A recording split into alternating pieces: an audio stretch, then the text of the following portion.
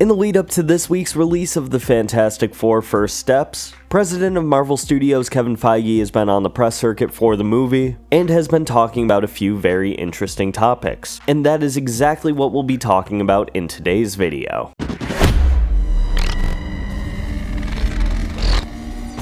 When it comes to movies, we're at a really weird point between DC and Marvel. The DC universe was just rebooted by Marvel alum James Gunn, and Marvel Studios is rebooting the Fantastic Four for the MCU. And I've discussed it before, but the Marvel hype regarding a new group of characters hasn't been this strong in a really long time. So I'm ready for the inevitable wave of people saying Marvel is back. But I refuse to let people forget how great Thunderbolts was earlier this year. And I refuse to continue making this video without reminding you to leave a like. But I feel like we should talk about Thunderbolts a bit because Kevin Feige did recently talk a bit about its box office performance. I've discussed it before, Thunderbolts was being called a box office bomb, and while it did underperform at the box office, I'm sure the positive reviews and the recent promotion for the director of the movie, Jake Schreier, to be helming the upcoming reboot of the X-Men in the MCU, I think it was an important step in Marvel regaining consumer confidence. And Kevin Feige recently talked about the reason why that movie may have underperformed. In an interview with Variety, he said, "Some audiences were still feeling that notion of, I guess I had to have seen these other characters to understand who this is. If you actually saw the movie, that wouldn't be the case, and we made the movie, so that's not the case. But I think we still have to make sure the audience understands that. And I think it's very clear that they saw this issue with the Marvels as well. Now, I've compared it in the past to something like Guardians of the Galaxy. It was an ensemble movie that introduced each member of the team in one movie, and I assumed other people could look at Thunderbolts in the same way. However, I think when you start adding the additions of, oh, I know Bucky Barnes, so these other characters must be from somewhere else in the Marvel universe, I probably need to watch whatever they're from in order to figure out what the story of this is going to be, and that probably was the major flaw of the marketing for Thunderbolts. But as Kevin Feige said, they made the movie very intentionally so you didn't have to go into it knowing who each of these characters were. And it seems like moving forward, that is going to be Marvel's main ambition, because even of Fantastic Four First Steps, it's a no homework required, go see the movie. It's literally not connected to anything that was made before. It kicks off Phase 6. There were a lot of left turns and surprises that happened over the last 7 or 8 years. A positive one was finally to have those characters back and the X-Men. Now that came from a Deadline article, and they also touch on the switch from Kang the Conqueror to Doctor Doom for the Saga villain. And while I think some of the things Kevin Feige says here is pretty interesting, I don't know if it exactly tracks with what we saw happen on screen. He doesn't mention him by name, but he alludes to Jonathan Majors pretty heavily. In the article, he says even before what had happened to the actor, we had started to realize that Kang wasn't Thanos. There was only one character that could be that because he was that in the comics for decades and decades, and because of the Fox acquisition,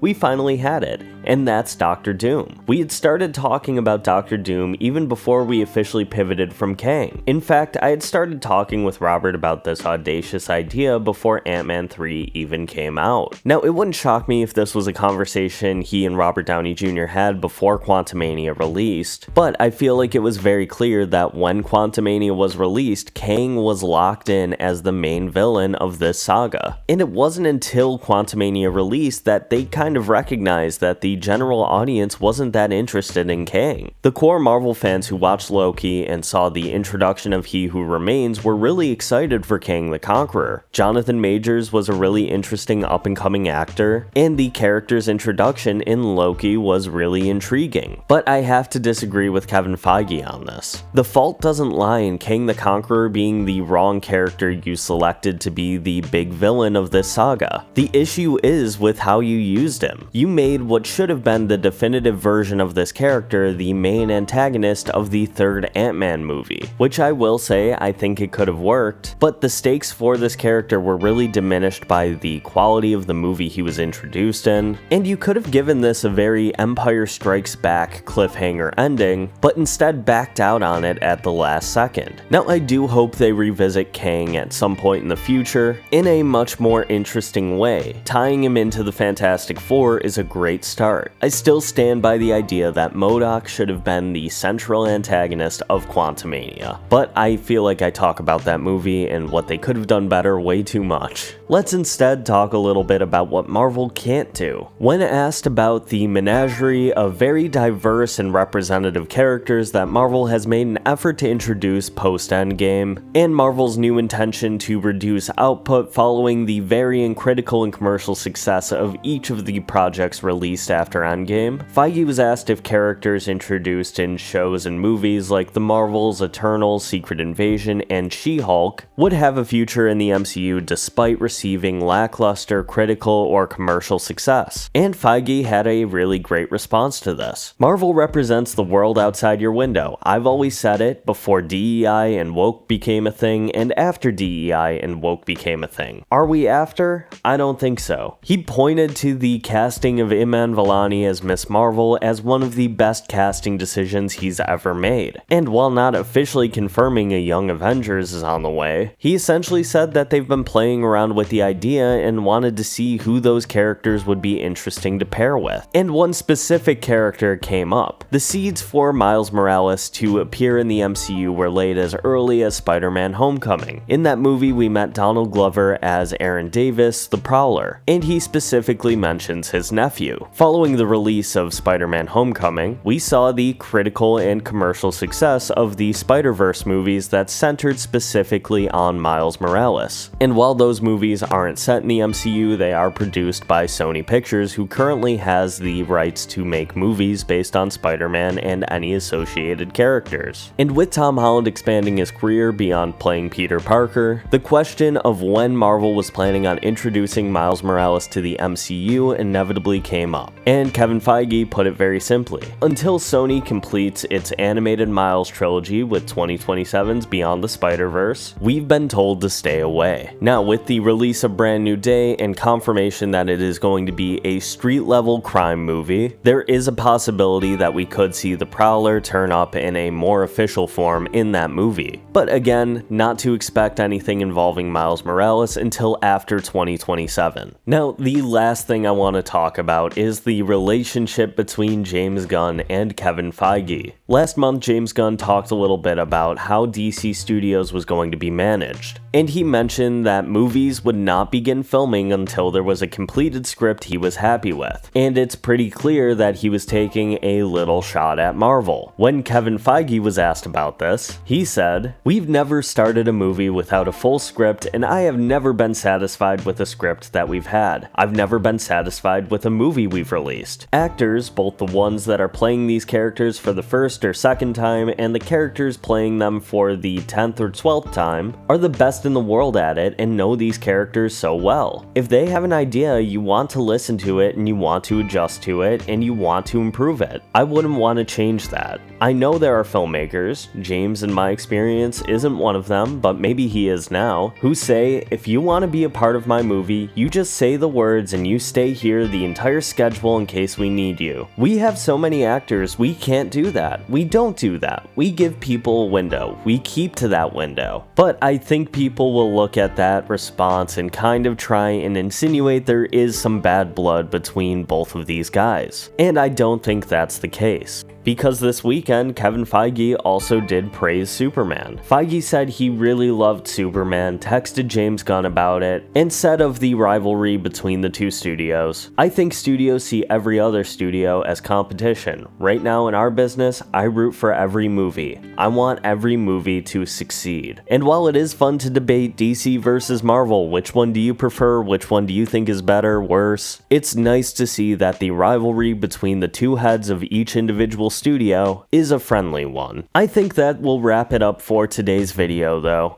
I want to thank you all for watching this far. Remember to leave a like, subscribe, drop a comment down below and let me know what you think about all of this, and I will see you in the next video.